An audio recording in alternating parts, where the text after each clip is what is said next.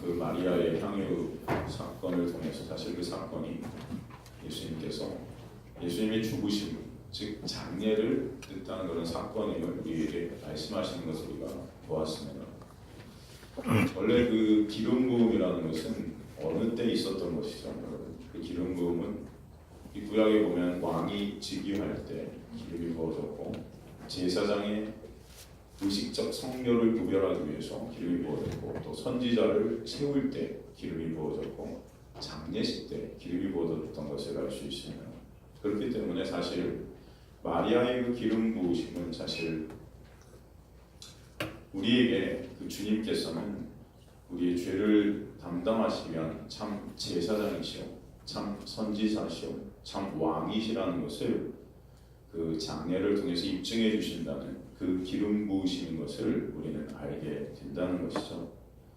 우리를 십자가에 죽기까지 섬겨주시기 위해 오신 주님의 그 놀라운 은혜와 사랑을 보게 된다는 것입니다. 그리고 자신의 모든 것을 주님 앞에 쏟아붓고 자신의 영광이라 할 수 있는 머리카락으로 주님의 발을 닦는 그 모습을 통해서 세상 사람들에게는 말도 안 되는 바보 같은 행동으로 보이겠지만 예수 그리스도의 그 죽으심의 그 십자가의 가치가 어떤 것인지를 알아 그 죽으심에 동참하고 진정 참 신랑 되신 예수와 연합하는 그런 모습, 그것을 우리가 볼 수 있게 되는 것이죠.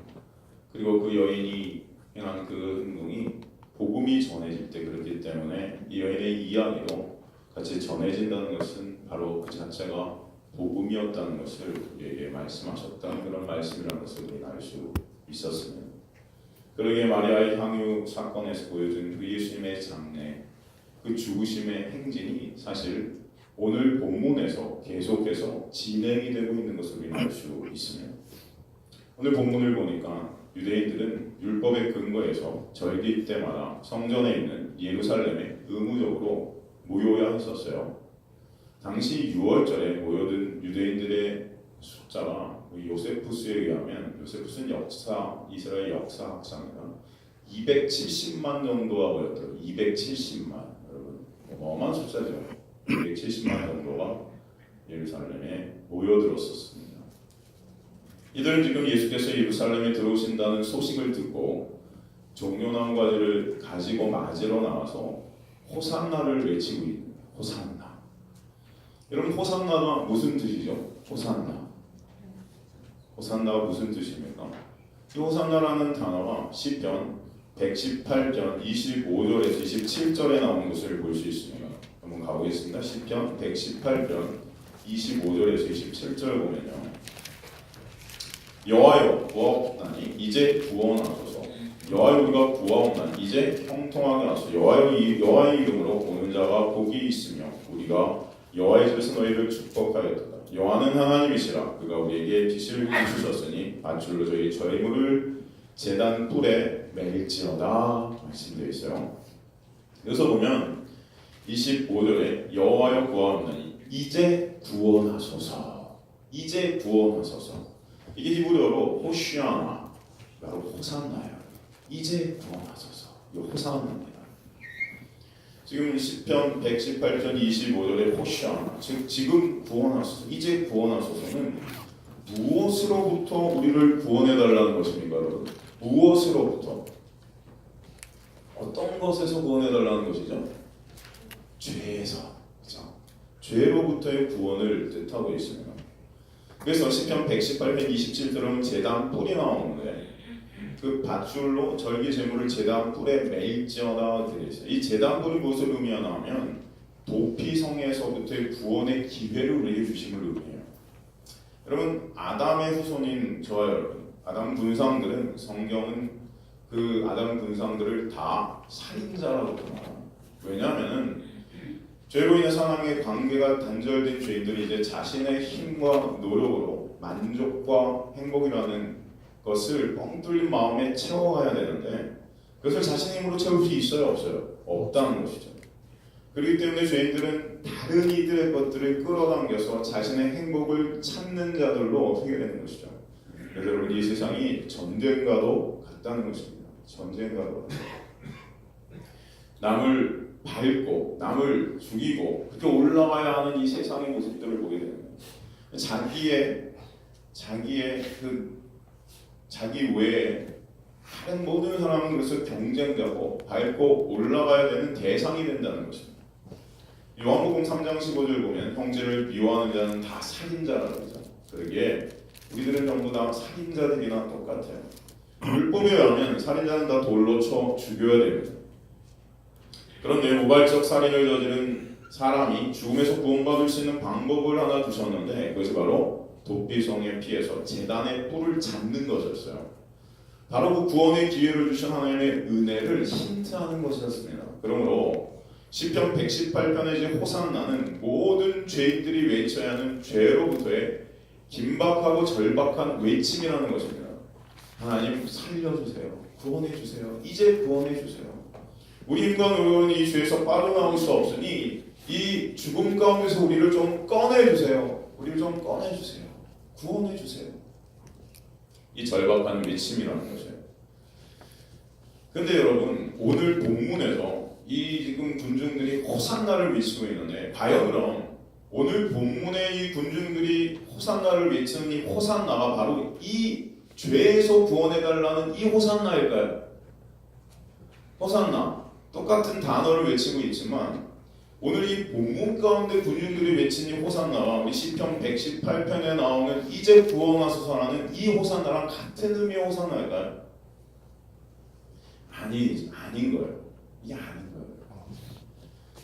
아니기 때문에 제가 질문을 한 거죠. 그렇다면 지금 이들이 외치는 구원하소서 이것은 어디로부터의 구원을 요구하고 있는 것일까?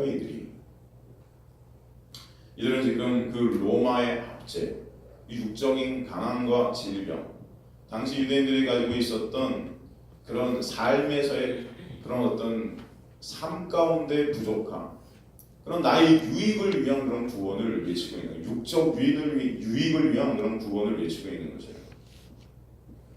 여러분 당시 유대인들이 가지고 있었던 아주 대단한 사상이 하나가 있는데 그게 무엇입니까? 바로 선민사상이에요. 선민사상. 그것은 무엇입니까?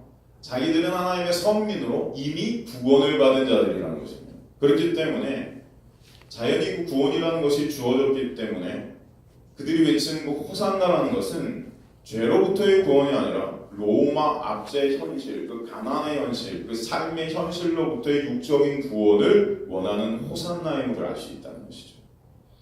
그렇게 세상 육적 현실의 구원을 요구하던 그들이 얼마 지나지 않아 예수 그리스도를 십자가에 못 박으라고 외치는 자들이 되었음을 우리는 알 수 있어요.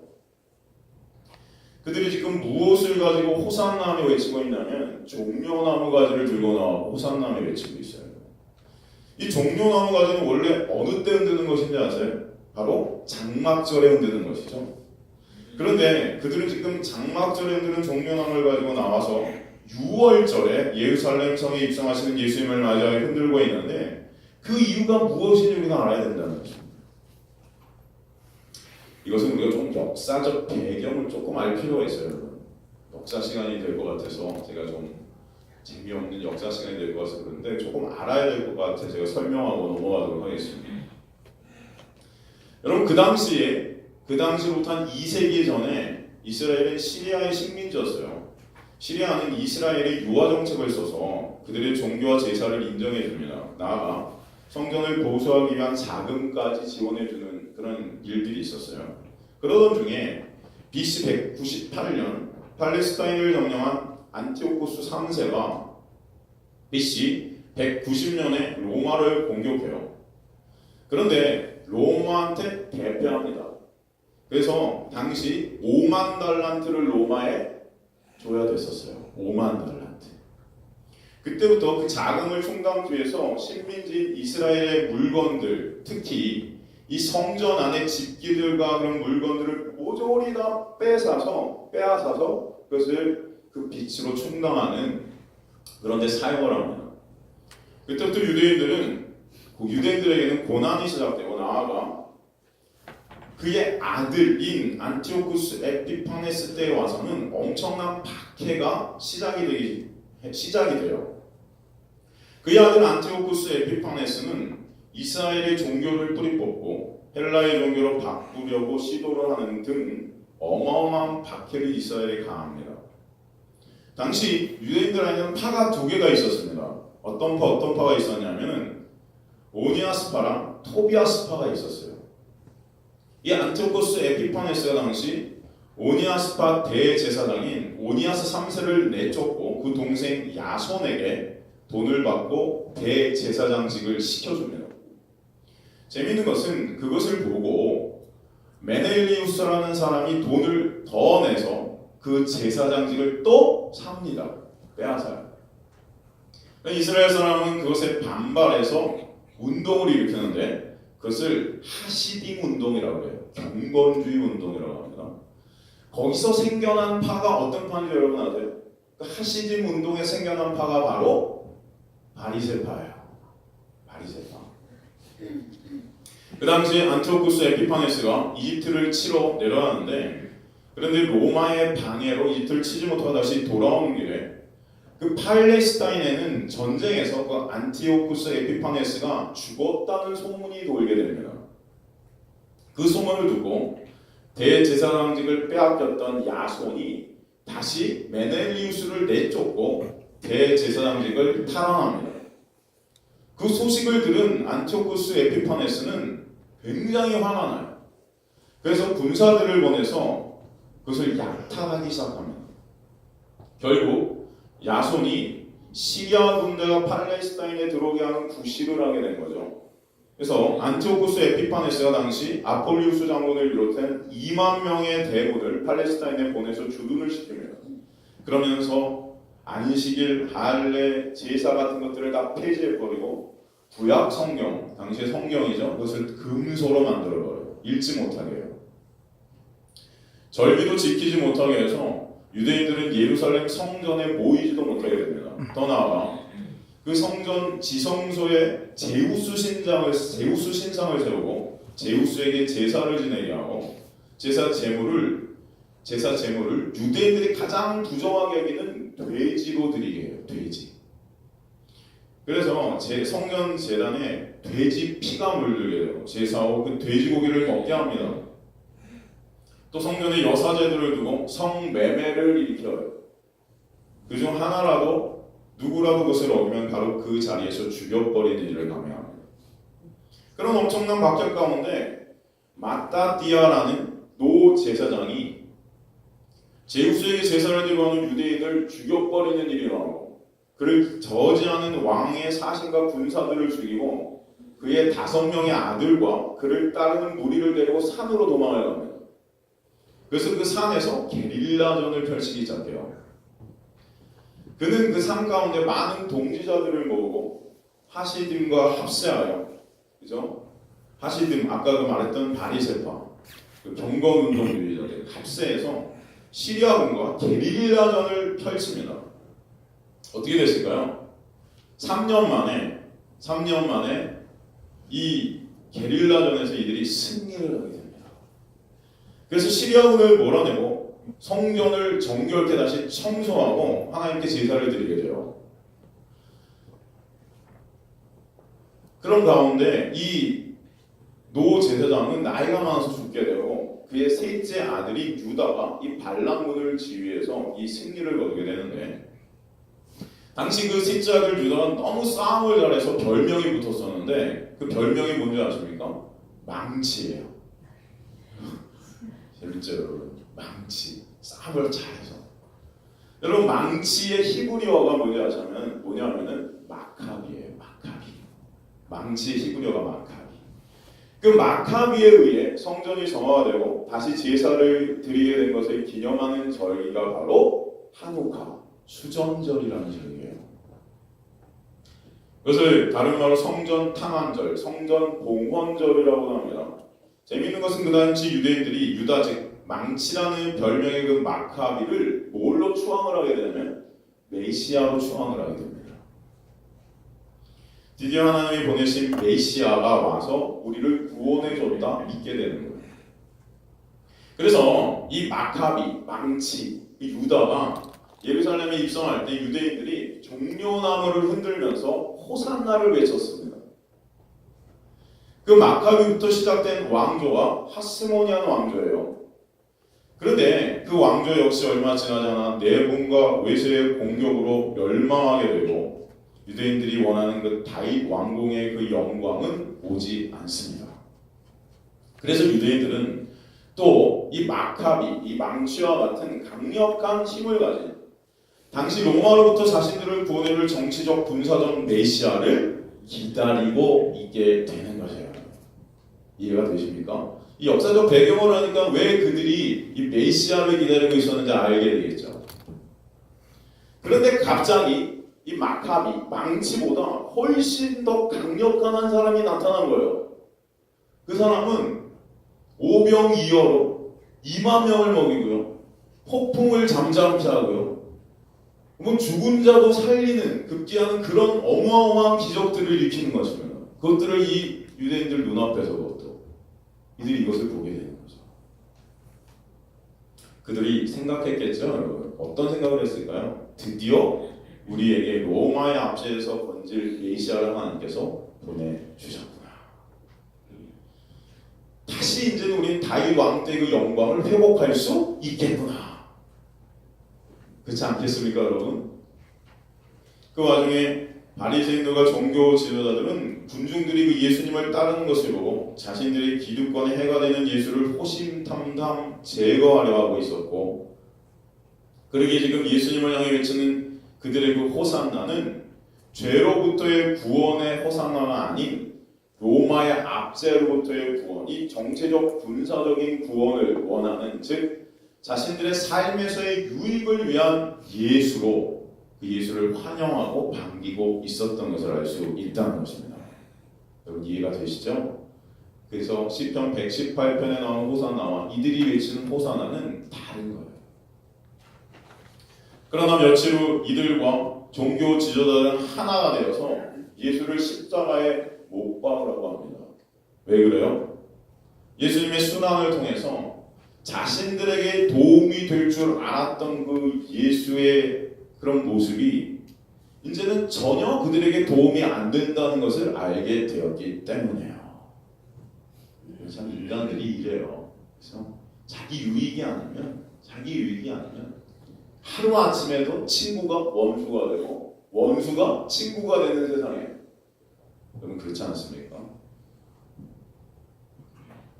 여기서 우리가 알아야 할 것은 지금 우리 가운데에서도 당시 유대인들 같이 호산나를 외치고 있지만 그 예수가 그저 나의 삶에 이 세상 육적인 나의 유익을 얻어내는 도구 정도로 우리가 여길 수 있다는 것이에요. 진정 저와 여러분의 죄 때문에 십자가에 달리신 그 예수, 진정 내가 죄인임을 깨달아야 되겠죠. 그래야 그 예수가 나의 죄 때문에 달리셨음을, 그리고 나를 그 죄로부터 구원해 주시고 호산나임을 외치는 자들이 될 줄로 믿습니다. 그렇죠? 우리는 나의 그 육적인 이 세상적인 유익을 얻기 위해서 어쩌면 헌금하고 교회 봉사하고 헌신하는 모습이 있을 수 있어요. 우리가 헌신하고 복음을 전하는 것, 봉사하는 것, 그 십자가의 놀라운 사랑과 은혜에 감사함으로써 이루어져야 될 것들임을 저는 믿습니다. 여러분의 삶 가운데 진정 그 유익을 예수로부터 얻어내려 하는 자들이 아니라 진짜 죄 가운데 있었던 나를 구원해 주신 그 하나님의 놀라운 은혜와 사랑 때문에 감사해서 주님 앞에 헌신하는 저 여러분 되시기를 주님으로 간절히 축원합니다. 죄와 홀로 죽어서 도저히 내 힘과 노력으로는 이 사망에서 벗어날 수 없음을 깨닫게 하시고 그 십자가의 놀라운 역사가 믿어지게 하셔서 우리에게 그 구원을 거저 값없이 은혜로 선물로 주신 그 놀라운 사랑과 은혜, 그것을 깨닫는 저 여러분 되시기를 주님으로 간절히 축원합니다. 그것에 감사해서 예배드리고 그것에 감사해서 헌신하고 그것에 감사해서 봉사하고 그것에 감사해서 충성하시는 그런 은혜가 여러분을 이끄는 삶 되시기를 주님으로 간절히 축원합니다. 주님도 그걸 아시기 때문에 사실 이 땅에 백마탄 왕자 같은 모습으로 오신 게 아니에요. 우리 인간들은 항상 그 힘이란 것을 내 유익을 위해서 끌어당기는 자들임을 아시기 때문에 주님께서는 백마탄 왕자의 모습으로 오시지 않았죠. 힘 없는 그런 동물의 먹이통으로 오시고 가난한 목수의 집에서 자라시고 우리들이 눈을 돌릴 정도로 외모도 못나게 태어나시고 결국 그렇게 사시다가 세상의 힘에 맞아 십자가에 죽으시는 거죠. 오직 주님은 성과 하나님께 순종하시는 그분의 뜻만을 이루시는 삶을 사신 것이에요. 그리고 그분을 죽으면서 살리셔서 그분 안에서 거저 은혜로 값없이 죄로 죽었던 우리가 살게 하시는 은혜를 우리에게 입게 하시는 것입니다.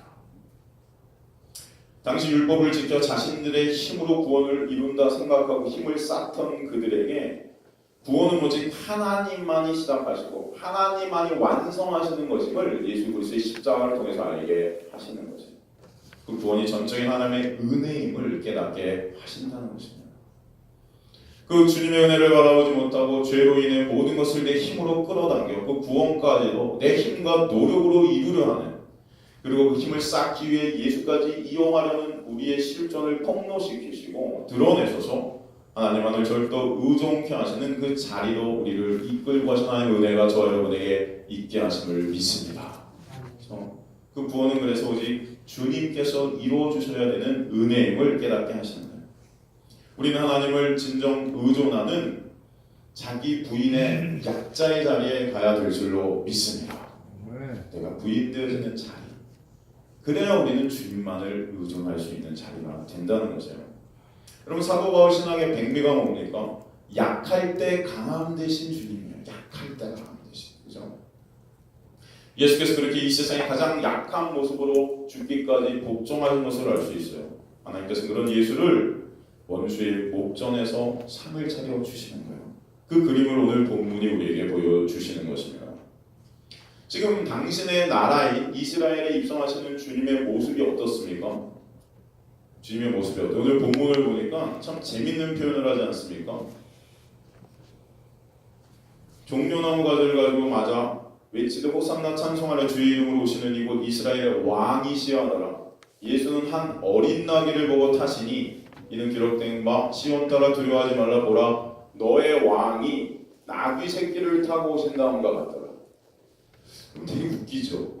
왕인데 나귀 새끼를 타고 오세요. 왕이 나귀 새끼. 저는 이거 생각하니까 너무 코믹한 거예요. 이게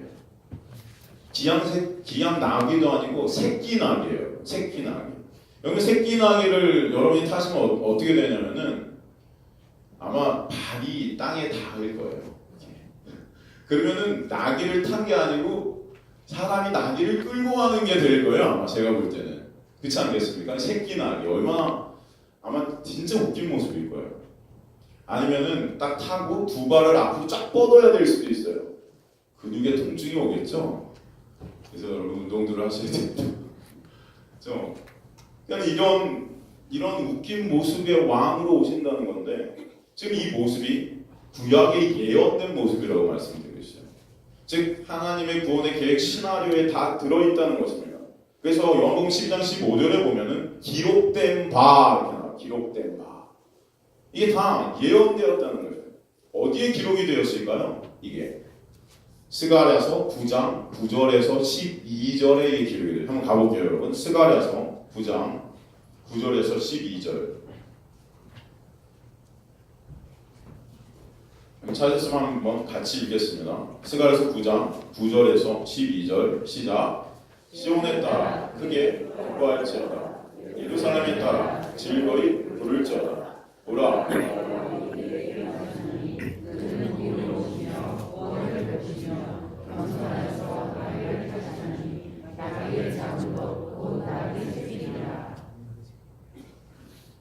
(10절도 한번 읽겠습니다) 내가 에브라임의 병거와 예루살렘의 말을 끊겠고 전쟁하는 말도 끊으리니 그가 이방 사람의 화평을 끊을 것이고 그의 통치는 바다에서 바다까지 이르고 유브라데 강에서 땅끝까지 이르리라. 또 너로 말할진대 내 언약의 피로 말미암아 내가 내 갇힌 자들을 물 없는 구덩이에 놓았으니 갇혀 있으나 소망을 품은 자들아 너희는 요새로 돌아올지니라. 내가 오늘도 이루노라.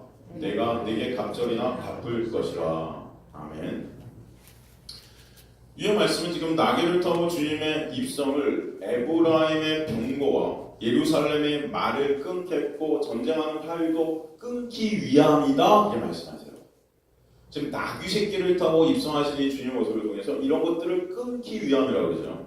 여러분 에브라임과 예루살렘은 이스라엘을 상징합니다. 이스라엘을 말하고 있어요. 즉 주님께서 지금 새끼 나귀를 타고 오시는 것은 이스라엘의 힘을 무력화시키겠다는 거예요.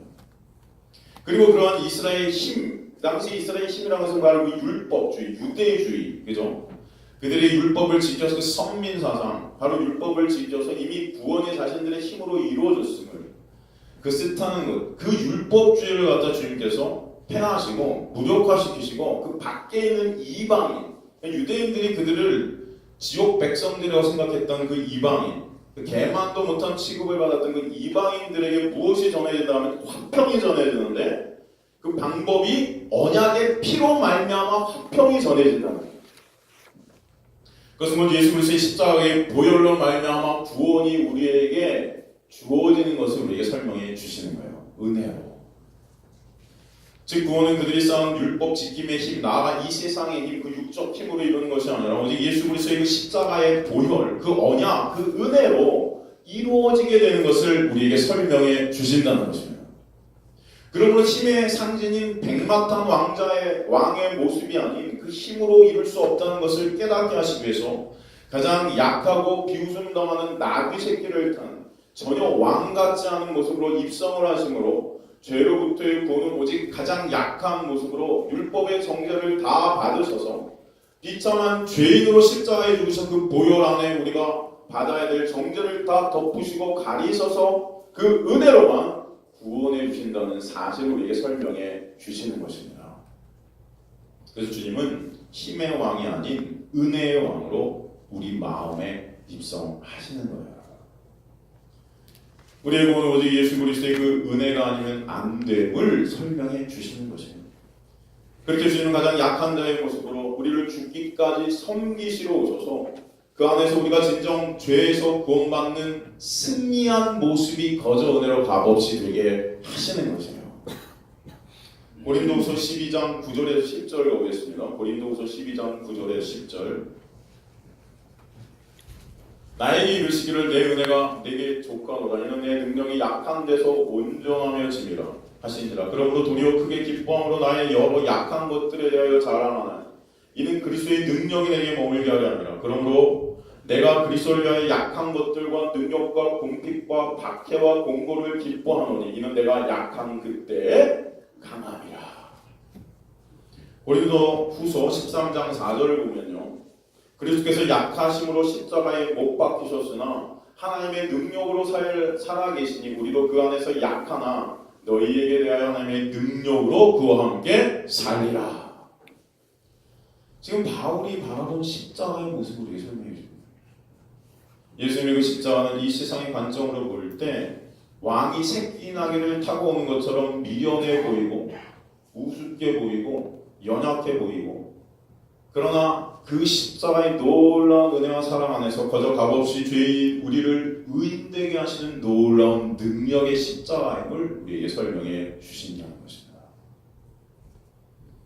그 십자가 안에 죄로 죽은 우리를 살리시는 은혜가 담겨있고 그 십자가 안에 죄 때문에 멸망을 당할 수 없는 우리가 살아난 은혜가 담겨있고 그 십자가 안에 죄 때문에 패배자가 될 수밖에 없는 우리를 거저 은혜로 승리자 되게 하시는 이긴 자 되게 하시는 능력이 들어있음을 깨닫게 하시는 거죠.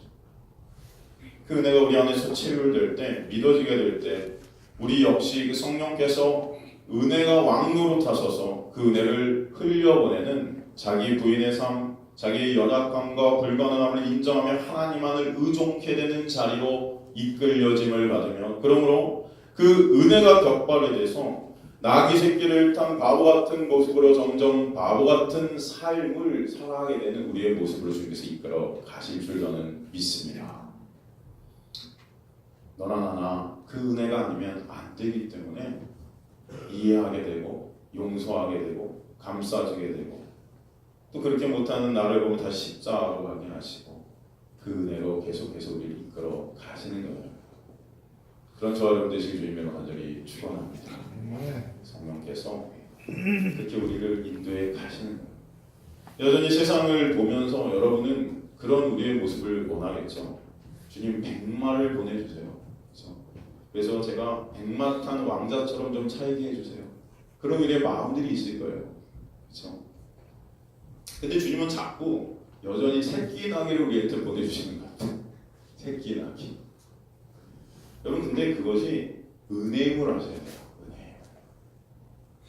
그것이 우리에게는 고난으로 감지되지만 그런 가운데 내 힘을 의지하지 않고 그 새끼 나귀 타신 예수 그리스도만을 의존케 하시는 은혜가 있게 하시는 거죠.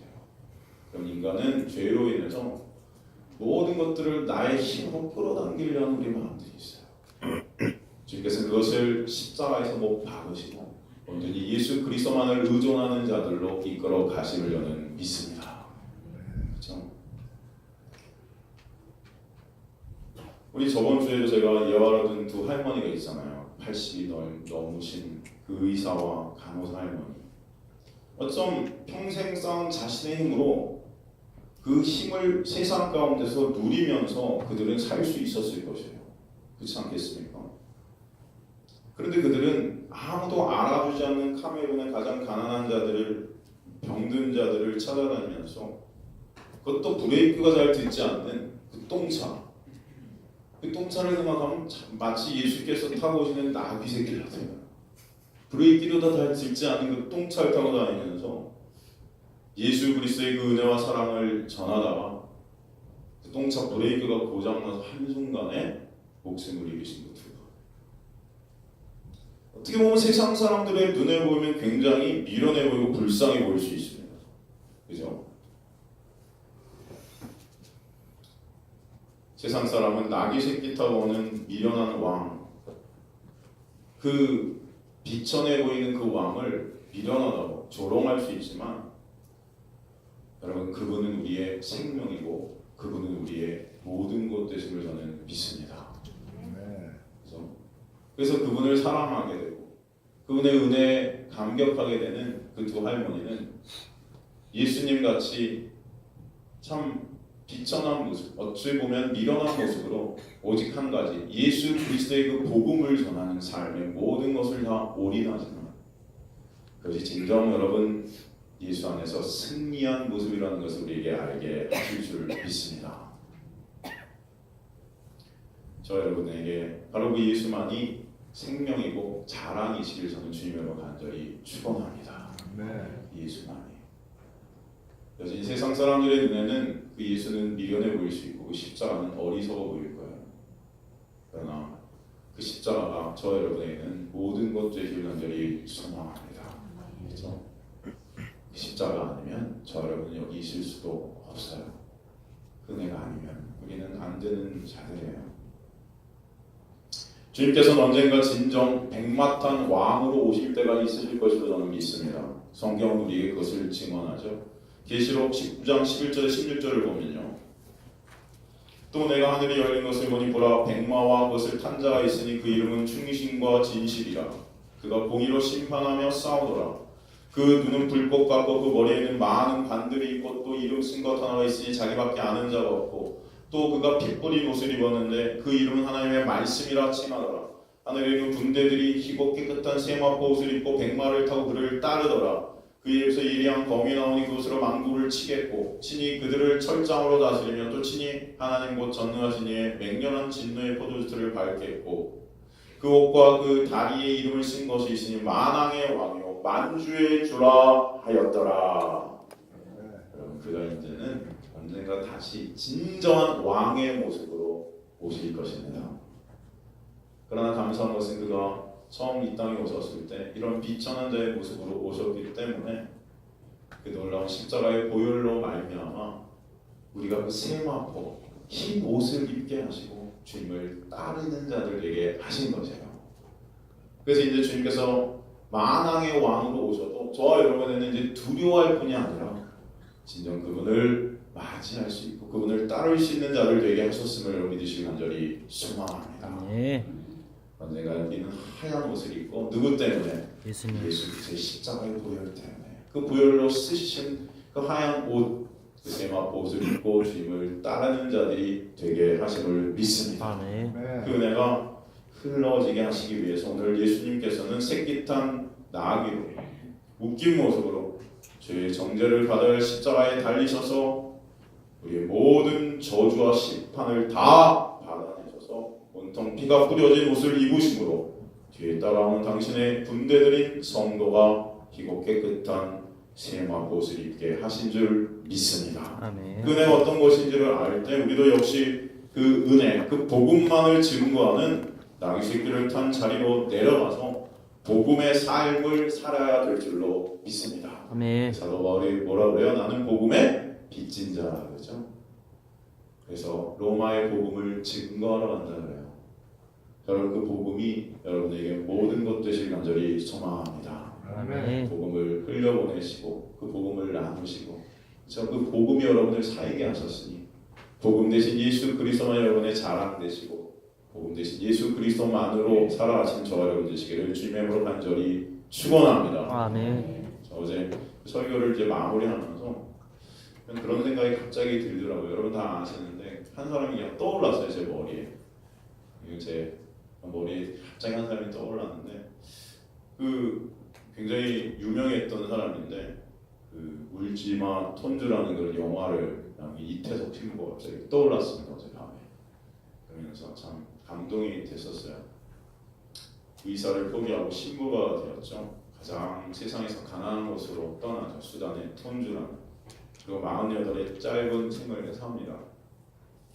내정과 기근으로 세계의 극빈 지역, 세계 최고의 극빈 지역인 그곳에서 유일한 의사로, 그죠? 그들의 그 아픔들을 치료하고 그들을 은혜와 사랑으로 이끌어줬던 그 이태석 친구가 갑자기 생각이 나면서 참 이런 삶을 우리도 살았으면 좋겠다는 생각이 들었어요. 예수님께서 우리에게 보여주신 낮은 곳으로 향하는 삶이고 예수께서 우리에게 보여주신 자기 자신을 부인하는 삶이 아닐까 하는 생각이 또 들게 되었습니다. 하루에 한 300명의 환자를 돌봤다고 그러죠. 그러면서 그들에게 글과 음악을 가르쳐줬었대요. 내전으로 총을 잡고 있었던 어린아이들에게 연필과 악기를 손에 쥐어주었고 그래서 그들을 위해서 예수님의 그 놀라운 은혜를 그 사랑을 전해야 되는 그런 삶을 살았던 것을 볼 수 있습니다. 물론 그 톤주 남자들은 원래 눈물을 안 흘린대요. 근데 그 이태석 친구를 생각하면서 그들이 이렇게 우는 모습을 제가 어제도 보면서 야, 참 그 예수께서 우리에게 흘려주신 은혜와 사랑은 정말 놀라운 거구나. 그렇죠?